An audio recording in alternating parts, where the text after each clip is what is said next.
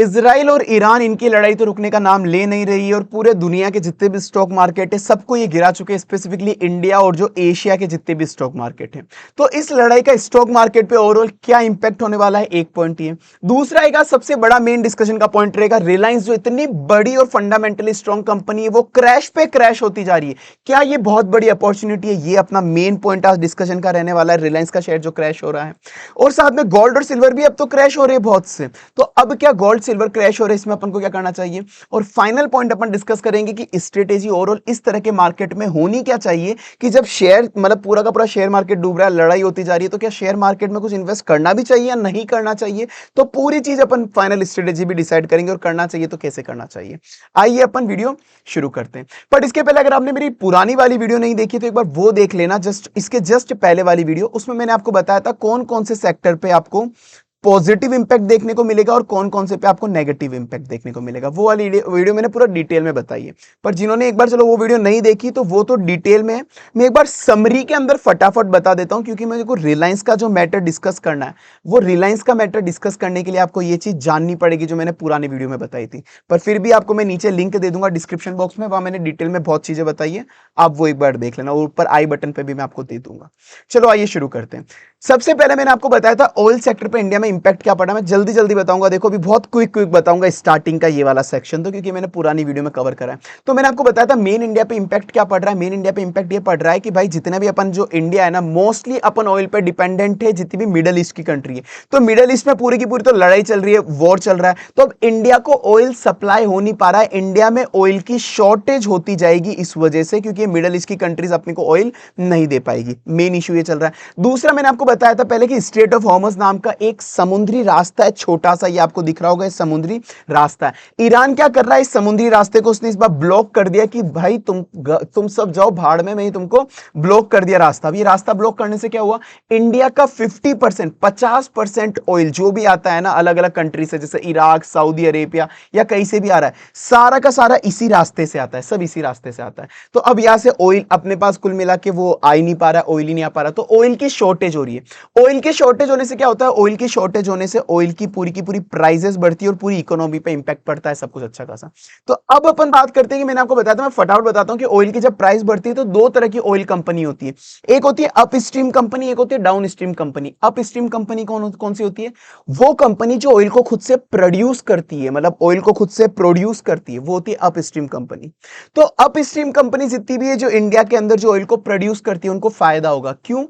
क्योंकि ऑयल की प्राइसेस बढ़ जाएगी, ऑयल की प्राइसेस बढ़ेगी तो इनके पास जो ऑलरेडी इन्वेंट्री है, स्टॉक है, ऑलरेडी जो इन्वेंट्री स्टॉक है उनकी प्राइस बढ़ जाएगी, इनका प्रॉफिट बढ़ जाएगा। तो इंडिया में मैं केवल एग्जांपल के लिए बता रहा हूं, जैसे ओएनजीसी है, ओआईएल है, ये इंडिया के अंदर अप स्ट्रीम कंपनी है, पॉजिटिव सेक्टर है। वही मैंने नेगेटिव सेक्टर आपको बताया था कि जो ऑयल मार्केटिंग कंपनी है, ओएमसी, जिसको अपन बोलते हैं OMC company, oil marketing company, इनको नुकसान होगा। इनका काम क्या होता है, ये इन ऑयल मैन्युफैक्चरर से, अप स्ट्रीम से ऑयल को परचेस करती है, ऑयल को परचेस करती है और फिर रिफाइन करती है, रिफाइन करके उसको सेल कर देगी, रिफाइन करके मार्केट में सेल कर देगी।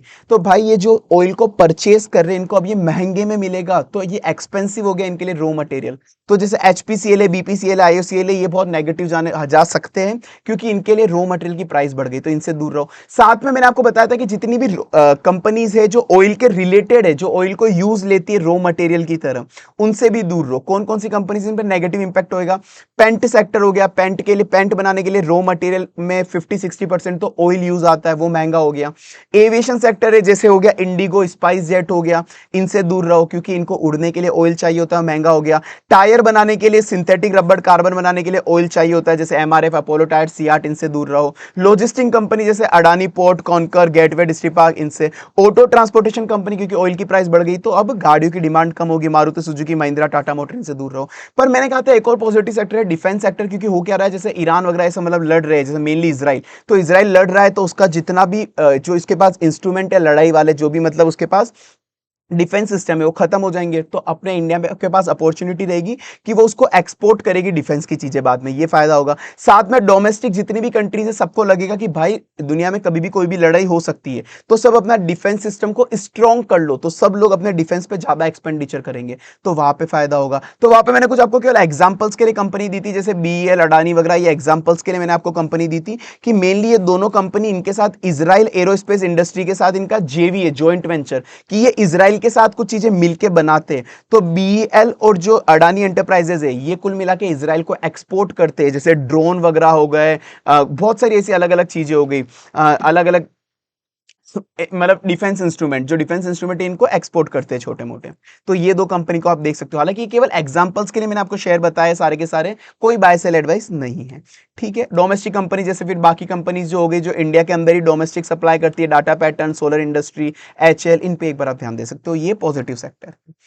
फाइनली अपन बात करते हैं रिलायंस इंडस्ट्री की, जो अपना आज मेन मुद्दा होने वाला है, रिलायंस इंडस्ट्री। तो मैंने अब देखो, रिलायंस इंडस्ट्री ऑयल के अंदर काम करती है, अपन को पता है 57%, जैसे कि इसका Q3 का डाटा है दिसंबर 23 का, रिलायंस इंडस्ट्री 57% रेवेन्यू जो है ना इसका एनर्जी सेक्टर से आता है, 167 लाख करोड़ का इसका केवल एनर्जी सेक्टर से आता है, और बचा हुआ इसका दूसरी जगह से आता है रेवेन्यू। तो इसका मेजर बिजनेस ऑयल सेक्टर का रिलायंस से, अपन को ये तो पता है। तो अब अपन को मेन ये देखना है कि ये जो इतना बड़ा रेवेन्यू इसका आ रहा है, क्या रिलायंस खुद से ऑयल को प्रोड्यूस करती है, खुद से ऑयल को मतलब प्रोड्यूस करती है इन द सेंस ये अपस्ट्रीम कंपनी है, या फिर ये डाउन स्ट्रीम कंपनी की केवल रिफाइनरी चलाती है? तो आंसर इस, ये दोनों करती है, ऑयल को प्रोड्यूस भी करती है, रिफाइन भी करती है। तो इसका एक बिजनेस तो जाएगा प्रॉफिट के अंदर, इसका एक बिजनेस तो अपन को पता है ये जाएगा प्रॉफिट में, और ये जाएगा लॉस के अंदर, ये अपन को पता है। तो अगर आप, जैसे अगर आप अभी इसकी शेयर की प्राइस की चार्ट देखो, मतलब शेयर प्राइस चार्ट देखोगे, इसके मैंने एंजल वन चलाया हुआ है अभी, ये एक वीक से लगातार शेयर, एक महीने से क्रैश पे क्रैश होता जा रहा है, क्रैश पे क्रैश होता जा रहा है। ये आप स्पेसिफिकली एक वीक देखोगे तो एक वीक में भी ये शेयर लगातार क्रैश पे क्रैश होता जा रहा है, पूरा का पूरा शेयर क्रैश होता जा रहा है। और अगर आप इसका 5 साल का चार्ट भी देखोगे तो लगभग ये जो अभी इसकी प्राइस चल रही है ना, लगभग 2023-24 में भी लगभग ये सेम प्राइस पे चलता था, मतलब ये बहुत ज्यादा क्रैश हो चुका है। तो क्या ये अपने लिए बहुत बड़ी अपॉर्चुनिटी है या धोखा है, पूरा का पूरा अपन डिस्कस करते हैं कि भाई इसका क्या होने वाला है, रिलायंस का अपॉर्चुनिटी है या धोखा है। पर अगर इसके पहले, अगर आपको वीडियो अच्छी लग रही है तो प्लीज एक बार लाइक कर देना, चैनल याद रखे सब्सक्राइब कर देना, और बेल आइकन नोटिफिकेशन प्रेस कर देना। तो like, subscribe, bell icon notification. अब अपन आगे चलते हैं, चलो। तो अब ये जो कंपनी का 57% रेवेन्यू है, उसमें से कितना, मतलब जो ऑयल वाला रेवेन्यू है, कितना अप स्ट्रीम से आता है, कितना डाउन स्ट्रीम से आता है, अपन ये जानते हैं। तो 57% में से इसका 55% रेवेन्यू तो डाउन स्ट्रीम से आता है, मतलब ये इसकी रिफाइनरी से आता है, जो मतलब खराब बात है। 2% रेवेन्यू, मतलब बचा 57 में से जो 2% रेवेन्यू है, 55 ये हो गया, 2% आता है अप स्ट्रीम से, क्योंकि 55% ये खुद से प्रोड्यूस करती है। तो केवल ये खराब बात है कि केवल 2% ही प्रोड्यूस करिए, बाकी सारे ये इंपोर्ट करके लोगों से, मतलब ये रिलायंस भी बाकी लोगों से इंपोर्ट करता है, बाकी कंट्री से, फिर उसको प्रोसेस करता है अपनी रिफाइनरी से। तो ओवरऑल अगर अपन ये ऊपर ऊपर से देख रहे तो अपन को लग रहा है कि इसका रिलायंस का तो लॉस होगा, ये रिलायंस तो का शेयर तो गिरेगा, पर ऐसा नहीं है। हालांकि मैं बता दूं, ये जो भी मैं शेयर डिस्कस कर रहा हूं, this is just for an educational purpose, this is not a buy or sell advice नहीं है, ठीक। अब मैं चलो बात करता हूं आगे कि ऐसा नहीं है, अपनी जो स्टार्टिंग की अंडरस्टैंडिंग है, मतलब ये जो अंडरस्टैंडिंग है ना डायरेक्ट ऊपर ऊपर से, वो गलत है। आइए मैं बात करता हूं। और जैसे पहले तो नेगेटिव इंपैक्ट तो मैंने आपको बता दिया कि वो ये इसकी जो रिफाइनरी की जो कॉस्ट बढ़ जाएगी, अभी जो ऑयल खरीदेगा वो महंगे में खरीदेगा। साथ में अब लोगों की डिमांड भी कम हो जाएगी, कि जब ऑयल की प्राइस बढ़ रही है तो लोग अब ऑयल को कम खरीदेंगे, इंडस्ट्रियल डिमांड वगैरह कम हो जाएगी। और साथ में अब जो अपन वहां से ऑयल मंगा रहे हैं ना, उसकी फ्रेट और इंश्योरेंस कॉस्ट बढ़ जाएगी, क्योंकि अब जो भी ऑयल आ रहा है, तो ऑयल आता है शिप में, शिप की ट्रांसपोर्टेशन कॉस्ट बढ़ जाएगी, क्योंकि कंपनी ने इंश्योरेंस की कॉस्ट बढ़ा दी कि भाई तुम लड़ाई वाले एरिया में शिप चला रहे हो, तो भाई इंश्योरेंस हम तुमको इतने सस्ते में नहीं देंगे, इंश्योरेंस महंगे में देंगे। तो ये नेगेटिव इंपैक्ट है कि कॉस्ट बढ़ेगी। पर इसका नेगेटिव इंपैक्ट से ज्यादा इसका पॉजिटिव इंपैक्ट ज्यादा है। कैसे? इसका जीआरएम बढ़ जाएगा, that is gross refining margin. Gross refining margin क्या होता है कि ये ओवरऑल होना क्या है, देखो, माना अपन ने इसकी जो रिलायंस की कॉस्ट ऑफ रॉ मटेरियल है, कॉस्ट ऑफ रॉ मटेरियल वो तो इंक्रीज हो जाएगी, ये जो ऑयल खरीदेगा, इंपोर्ट करेगा, वो महंगा होगा। पर होता यह है कि जब भी ऑयल की शॉर्टेज होती है तो ऑयल की जो फाइनल प्राइस होती है ना, फाइनल प्राइस जितने में रिलायंस बेचेगा वो फाइनल प्राइस और ज्यादा इंक्रीज हो जाती है, क्योंकि ग्लोबल मार्केट के अंदर जो ऑयल की प्राइसेस है वो सारी की सारी बहुत अच्छे लेवल पे इंक्रीज हो जाएगी, क्योंकि ऑयल की शॉर्टेज आ गई। तो रॉ मटेरियल की जितनी कॉस्ट बढ़ी उससे ज्यादा तो फाइनल प्राइस बढ़ जाएगी ऑयल की, तो रिलायंस तो बेचेगा भी महंगे में, रिलायंस बेचेगा भी महंगे के अंदर। तो इसीलिए जो रिलायंस का जो रिफाइनिंग मार्जिन होगा वो इंक्रीज हो जाएगा, ओवरऑल रिलायंस का प्रॉफिट इंक्रीज हो सकता है। पास्ट में भी अपन ने हर बार ट्रेंड में ये देखा, जब भी ऑयल की शॉर्टेज आई है तो रिलायंस का प्रॉफिट बढ़ा है, क्योंकि रिलायंस की ग्लोबल लेवल पे प्राइसेस बढ़ जाती है और रिलायंस महंगे में बेचता है। तो अब आप बोलोगे इंडिया की बाकी कंपनी के साथ ऐसा क्यों नहीं हो रहा, जैसे ऑयल इंडिया कॉर्पोरेशन है, पेट्रोल पंप जितने भी है जैसे बीपीसीएल एचपीसीएल, इनके साथ ऐसा क्यों नहीं है? इनके साथ ऐसा इसलिए नहीं है क्योंकि उनकी कॉस्ट ऑफ रॉ मटेरियल तो बढ़ जाएगी, ये खरीदेंगे महंगे में, पर वो जो सेल करेंगे ना वो सेल इनको सस्ते में ही करना पड़ेगा, वो महंगे में नहीं बेच सकते, क्योंकि वो जो बेचते ऑयल वो बेचते इंडिया के अंदर डोमेस्टिकली। वो कंपनीज इंडिया में डोमेस्टिकली ऑयल को बेचती है डोमेस्टिक मार्केट के अंदर, और डोमेस्टिक मार्केट में अगर आपको पेट्रोल बेचना है तो गवर्नमेंट ने रेगुलेशन लगाई हुई, आप महंगे में नहीं बेच सकते गवर्नमेंट की डिसाइडेड प्राइसेस से, गवर्नमेंट प्राइस डिसाइड कर देता है फाइनल, उससे महंगे में आप नहीं बेच सकते। तो वो लोग खरीद महंगे में रहे और बेच सस्ते के अंदर रहे, जो भी बाकी कंपनी जो मैंने आपको बोला था बीपीसीएल आईओसीएल वगैरह, इनको सस्ते में बेचना पड़ेगा, इंडिया के अंदर बेच रही है। पर वो जो रिलायंस है, रिलायंस पूरा का पूरा ऑलमोस्ट, मतलब थोड़ा बहुत अंदर बेचता है पर ऑलमोस्ट जो रिलायंस बेचता है मेजर एक्सपोर्ट करता है इंडिया के बाहर, ऑयल को रिफाइन करा और रिफाइन करके एक्सपोर्ट कर देता है, और एक्सपोर्ट की प्राइसेस तो पहले ही बहुत बड़ी हुई होती है ऑयल की, तो रिलायंस को फायदा होगा इस चीज से। साथ में आप दूसरा देखोगे इसकी जामनगर में इसकी एक बहुत बड़ी रिफाइनरी है, और बहुत बहुत बड़ी रिफाइनरी है। इसमें पता है एडवांटेज क्या है, जामनगर की जो रिफाइनरी है ना रिलायंस की, वो गंदे से गंदा क्रूड ऑयल, मतलब सो डस्टी बिल्कुल गंदा क्रूड ऑयल होता है ना, वो उसको भी रिफाइन कर सकती है। जो नॉर्मल रिफाइनरी होती है ना बाकी दुनिया के अंदर या नॉर्मल कंपनीज के पास, वो उस इतने डर्टी क्रूड ऑयल को कभी रिफाइन नहीं कर सकती, पर ये जामनगर रिफाइनरी के पास फायदा है, वो बहुत अच्छी रिफाइनरी है। तो इन वॉर की सिचुएशन में क्या होता है कि जितनी भी डर्टी क्रूड ऑयल होती है, खराब वाले क्रूड ऑयल, वो खराब वाले क्रूड ऑयल सस्ते में मिल जाते हैं, तो खराब वाले क्रूड ऑयल रिलायंस क्या करेगा, खराब वाला डर्टी क्रूड ऑयल इंपोर्ट करेगा सस्ते में, उसको अच्छे से रिफाइन करेगा और महंगे में इंटरनेशनल मार्केट में बेच देगा, ये उसको फायदा होगा। साथ में रशियन फैक्टर भी ऐसा हो सकता है, क्योंकि रशिया से रिलायंस पहले बहुत ज्यादा इंपोर्ट करता था, अगर ऑयल की सप्लाई नहीं मिली तो शायद वो रशिया से वापस इंपोर्ट करना शुरू कर दे। अब ये तो चलो एस्टिमेशन है, लास्ट वाला तो केवल, लास्ट वाला तो मेरा केवल एस्टिमेशन, तो इसीलिए पॉजिटिव इंपैक्ट रिलायंस पे ज्यादा होगा, ये मैं आपको बताना चाह रहा हूं। तो देखो मैंने इसलिए बोला कि रिलायंस और बाकी जो ऑयल मार्केटिंग कंपनी है आईओसीएल बीपीसीएल एचपीसीएल, इनमें क्या मेन डिफरेंस है कि रिलायंस एक्सपोर्ट करता है, तो एक्सपोर्ट की प्राइसेस तो भाई इंटरनेशनली चलती है, कोई कंट्रोल नहीं कर सकता, पर इंडिया के अंदर ये तो बेचारे इनको सस्ते में बेचना पड़ेगा, तो इनका प्रॉफिट मार्जिन बहुत कम हो जाएगा और इसका प्रॉफिट मार्जिन तो और बढ़ने वाला है। तो ये पूरी रिलायंस की कहानी थी। तो पहले अगर आपको वीडियो अगर अच्छी लग रही है तो प्लीज एक बार लाइक कर देना, चैनल याद रख के सब्सक्राइब कर देना, बेल आइकन नोटिफिकेशन प्रेस कर देना, ताकि आने वाली वीडियोस आपको कंटिन्यूअसली मिलती रहे, इंस्टेंटली मिलती रहे, ठीक है। तो अब फिर भी अगर आप बोलोगे रिलायंस का शेयर का फिर करना क्या, देखो मैंने आपको बताया, मैं बाय सेल एडवाइस तो नहीं दे रहा, मैंने आपको पूरा एजुकेशन पर्पस से बताया कि लोगों के जो मिसकंसेप्शन थे वो मैंने मिटाया एक तरीके से, अच्छे का मतलब वो, अगर आपको अच्छा लगा तो प्लीज वो कमेंट करके बता देना, कोई भी डाउट हो तो आप मुझसे कमेंट में पूछ सकते हो, कोई भी शेयर के रिलेटेड या कुछ भी हुआ तो, ठीक है। तो देखो रिलायंस का शेयर अभी तो रिसेंटली क्रैश होता जा रहा है, क्योंकि रिसेंटली आपको पता है कि रिलायंस का एक रिजल्ट आया था, पहले वो रशियन ऑयल से ये खरीद रहा था और रशियन ऑयल बंद कर दिया था गवर्नमेंट ने कि रशिया से इंपोर्ट नहीं करेंगे। साथ में इसका रिलायंस के जब फाइनेंशियल रिलीज हुए थे तो लोगों से एक्सपेक्टेशन से थोड़े से कम हुए थे, ये भी हुआ था, तो इसलिए रिलायंस का शेयर गिर रहा है, और अभी वापस से जो मार्केट है उसका सेंटीमेंट नेगेटिव हो रहा है, इसलिए रिलायंस का शेयर गिर रहा है। तो शॉर्ट टर्म के अंदर तो देखो मैं कुछ भी नहीं कह सकता, शॉर्ट टर्म के अंदर तो ये गिरेगा, शॉर्ट टर्म में तो आपको हार्ट अटैक आते रहेंगे। लॉन्ग टर्म में ये कंपनी फंडामेंटली तो बहुत स्ट्रांग है, फंडामेंटली। अब बाकी शेयर का क्या होता है वो सब क्या होता है, देखो बहुत चीजों पे इंपैक्ट करता है, पर कंपनी का कोई भी ऐसा कंपनी फंडामेंटली बहुत स्ट्रांग है। आज तक बहुत लड़ाइयां हुई है, मतलब वॉर वगैरह हुई है, बहुत से ऐसे रिसेशन आए, रिलायंस ने हर बार सबको ओवरकम करा है, और रिलायंस ने कभी इन्वेस्टर को डिसअपॉइंट नहीं करा है, ये रिलायंस की हिस्ट्री रही है। पर ये लॉन्ग टर्म की बात कर रहा हूं, शॉर्ट टर्म में तो भाई बहुत हार्ट अटैक ऊपर नीचे आते रहते। बाकी आपका क्या ओपिनियन है मुझे कमेंट सेक्शन में आपका बताना। अब अपन नेक्स्ट एक बार बात करते हैं गोल्ड सिल्वर का क्या करना है। देखो गोल्ड सिल्वर ना आजकल देखो होता है जनरली कि जब भी कहीं पे लड़ाई वगैरह चलती है, शेयर मार्केट अनसर्टेन हो जाता है, तो शेयर मार्केट जब भी अनसर्टेन होता है तो लोग क्या करते हैं, कहीं से स्टॉक मार्केट से पैसा निकाल के सेफ असेट के अंदर डालते हैं, गोल्ड सिल्वर। ये पहले की कहानी थी, पुराने जमाने में ऐसा होता था, ठीक है। तो क्योंकि ये गोल्ड सिल्वर तो सेफ होते हैं कंपेरेटिवली। आज के जमाने में दिक्कत क्या हो रही है, देखो गोल्ड सिल्वर बढ़ तो रहे, पर साथ में आपने देखा होगा जैसे आज भी गिरे तो है, अच्छे खासे गिरे हैं। हो क्या रहा है, अब ये गोल्ड सिल्वर सेफ असेट से ज्यादा लोगों की सट्टेबाजी का इंस्ट्रूमेंट बन गया है। लोग सट्टा ज्यादा लगा रहे हैं इस पे, फ्यूचर ऑप्शन वगैरह करके बड़ी बड़ी company JP Morgan, Morgan Stanley सट्टा कर करके प्राइस मैनिपुलेट कर रही है। स्पेसिफिकली मैं सिल्वर की बात करूं तो देखो, गोल्ड तो ना कंपेरेटिवली सेफर होता है, अगर आप ये ऑप्शन देखो तो ठीक है। देखो मैं बाय सेल एडवाइस तो नहीं दे रहा, फिर भी मैं बता रहा हूं दोनों में से कौन सा ज्यादा स्टेबल है। गोल्ड हमेशा लॉन्ग टर्म में स्टेबल ही रहा है, गोल्ड की प्राइस तो फिर भी लॉन्ग टर्म में हमेशा सही चलती है। आप कभी भी कोई सा भी प्राइस चार्ट उठा के देख लो, कोई भी हिस्ट्री उठा के देख लो।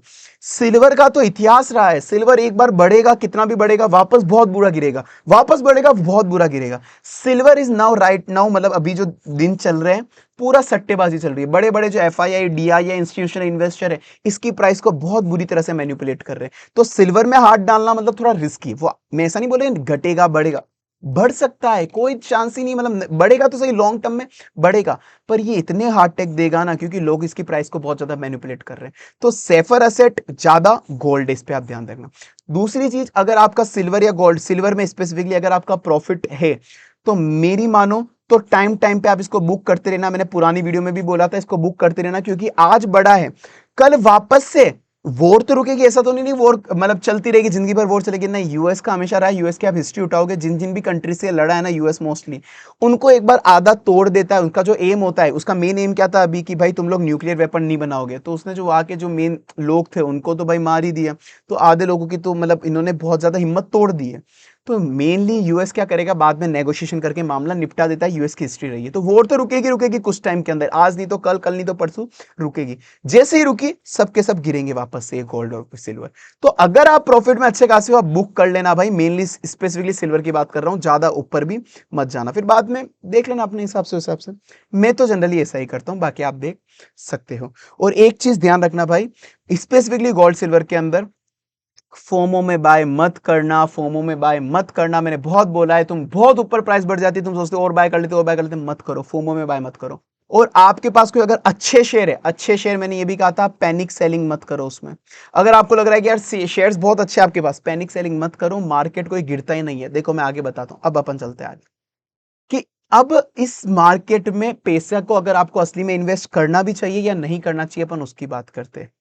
अपन को पूरा अभी वो बात सुनो, एक हिस्ट्री बताता हूं आपको, कुछ जो अपना निफ्टी है ना, निफ्टी का रिटर्न मैं आपको बता रहा हूं, निफ्टी का 2000 और 2001 के अंदर ये क्रैश हुआ था 14% एक साल 16%। अब देखो ग्लोबल रिसेशन था, यहाँ पे आईटी सेक्टर का बबल टूटा था, मतलब बहुत सारी चीजें थी, अब मैं आपको वो डिस्कस नहीं करूंगा, पर सेम रिसेशन और वॉर हुई थी, या कुछ ना कुछ गलत इंसिडेंट हुआ था, उस वजह से 14% या टूटा है, 16% या टूटा है। तो आप देखो यहाँ पे लगभग लगभग ये 30% तो एक ही बार में टूट गया। उसके बाद यहां पर इसने रिकवरी नहीं दी, पर आप उसके बाद ये रिकवरी देखो इसकी, नेक्स्ट 4-5 साल में रिकवरी देखो, नेक्स्ट 5 साल के अंदर टूटा इस, ये 30% शेयर ये मार्केट टूटा था, 30% टूटने के बाद इसने लगभग 200% की रिकवरी दे दी 5 साल के अंदर अंदर। जहां पर यहां पे 14% टूटा, 16% टूटा, फिर अगले साल केवल 3% रिटर्न दिया, अगले साल डायरेक्ट 70%, फिर 10%, फिर 30%, फिर 40%, फिर 50%, फिर वापस से यहाँ पे 2008 में एक ग्लोबल रिसेशन आया था, ठीक है वो सब छोड़ो, 51% यहाँ पे टूटा था, एक साल टूटा, अगले साल 75%, 17% रिकवरी इसने दे दी। 2011 में वापस कुछ इश्यू हुआ था, 24% टूटा, अगले साल 27% रिटर्न दे दिया। सेम इसकी ये हिस्ट्री रही है कि जब ये टूटता है उसके बाद ये रैली भी वापस से अच्छी खासी देता है। तो इससे क्या समझ आया, मार्केट टूटता है एक दो साल टूटता है, पर ये जब रिकवर होता है बहुत फास्ट होता है और अच्छी खासी रैली बना के देता है। इसकी हिस्ट्री रही है मार्केट। और जब भी अगर आप सोचो, अगर आपने टूटे हुए फेस में रुपए डाल दिए, अगर आपने सस्ती चीज में अगर कुछ परचेस कर लिया, सस्ती रेट में कुछ परचेस करा जब मार्केट टूटा हुआ है, तो अब आप देखो अगर उसके बाद मार्केट बढ़ा तो आपका कितना पैसा बनेगा, ये आप सोचो। तो मार्केट क्रैश अपॉर्चुनिटी होती है इन्वेस्टमेंट की, प्रोवाइडेड एक चीज ध्यान रखना, आलतू फालतू गंदी कंपनी में, स्पेसिफिकली मिड कैप और स्मॉल कैप वगैरह भी अवॉइड ही करो, पता नहीं कब क्या टपक जाए अभी। जेन्युइनली आप अगर फंडामेंटली स्ट्रॉन्ग कंपनी में अगर आप इन्वेस्ट कर रहे हो, मैं कोई बाय सेल रिकमेंडेशन किसी शेयर का नहीं दे रहा हूं, पर अगर आप फंडामेंटली स्ट्रॉन्ग कंपनी अगर आप उसमें इन्वेस्ट कर रहे हो, आपको लग रहा है कि यार ये शेयर तो चलेगा, ये कंपनी टिकेगी, इसका जनरली कोई ज्यादा कुछ बिगाड़ नहीं सकता, ठीक है शॉर्ट टर्म खराब है पर लॉन्ग टर्म टिकेगा, तो आप देखो वो बाद में जो आपको रिटर्न देगा उस हिसाब से आप देख सकते हो। तो इसीलिए देखो ये मेरी पर्सनल चॉइस होती है कि जब भी अभी तो मार्केट क्रैश है, मैं तो रोज का अच्छा खासा पैसा जब भी मार्केट क्रैश हो रहा है थोड़ा थोड़ा डालता जा रहा हूं। और अगर आपको लमसम डालना है लमसम भी डालो, क्योंकि भाई मार्केट बढ़ेगा तो सही, रोज तो जिंदगी भर टूटा हुआ तो नहीं रहने वाला। पैनिक सेलिंग मत करना कि जो शेयर है मैंने उसको बेच दिया, गिरता जा रहा है, अरे नहीं रुको यार, बढ़ेगा वापस बढ़ेगा। ठीक है ना, रुको शांति रखो। लॉन्ग टर्म इन्वेस्टर हो तो, शॉर्ट टर्म में तो भाई भगवान आपका सहारा है, फिर तो आप आरती पूजा करो, आपका कुछ नहीं हो सकता। ठीक है। और अगर आपको फिर भी अगर लमसम एक साथ पूरा बड़ा अमाउंट डालने में रिस्की लग रहा है, तो आप स्टॉक एसआईपी शुरू कर दो। स्टॉक एसआईपी के फंक्शन भी तो आ गए आजकल, जैसे मैंने अभी आपको एंजल वन के बारे में बताया। Angel one one of the trusted broker, वो स्टॉक एसआईपी का फीचर भी देता है कि आप धीरे धीरे करके थोड़ा थोड़ा पैसा डालते रहो स्टॉक में, थोड़ा थोड़ा डालते रहो, जाके आपकी प्राइस पूरी एवरेज आउट होती रहे। तो आप वो भी कर सकते हो एंजल वन के। तो ओवरऑल ये आपको स्ट्रेटेजी रखनी चाहिए मेरे हिसाब से। तो फोमो में बाइंग कुछ भी मत करना, specially gold silver. Panic selling मत करना, जो भी अच्छे वाले शेयर है। खराब शेयर है तो हाथों हाथ निकाल देना, खराब शेयर मतलब देख लेना कुछ टाइम मार्केट बढ़ने के बाद निकालना, हालांकि अभी भी मत निकालो, पर खराब शेयर पे तो अभी हाथ हाथ मत डालना कि जो रिस्की वाले शेयर हो। केवल अभी फंडामेंटल स्ट्रॉन्ग शेयर पे आपको ध्यान रखना चाहिए। तो ये मेन अपनी आज की वीडियो थी, और स्पेसिफिकली मैंने आज रिलायंस के बारे में डिस्कस करा और अभी की स्ट्रेटेजी जो होनी चाहिए। बाकी आपका क्या कमेंट सेक्शन, आपके क्या ओपिनियन कमेंट सेक्शन में मुझे बता देना। और साथ में याद रखिए, अगर वीडियो अच्छी लगे तो प्लीज लाइक कर देना, चैनल याद रखिए सब्सक्राइब कर देना, और बेल आइकन नोटिफिकेशन प्रेस कर देना, ताकि आने वाली वीडियो आपको मिलती रहे। मिलते हैं अपन अगले वीडियो में।